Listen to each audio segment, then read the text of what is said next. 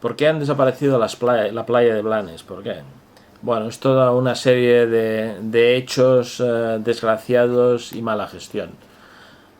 Teníamos en los años 60 una playa de más de 100 metros de anchura, que en los años 70 se recortó por poner el paseo del mar justo encima de la playa. Eso fue ya la primera andanada contra la playa de Blanes.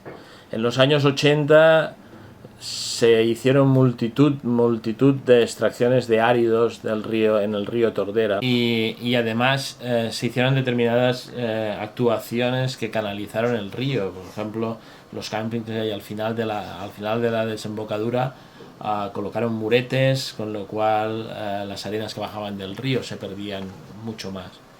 En los años 90, Costas del Estado realizó una gran regeneración de playas en el Maresma, y la extracción de esas arenas se produjo justamente en la zona sumergida del delta de la Tordera, lo cual fue un error gravísimo.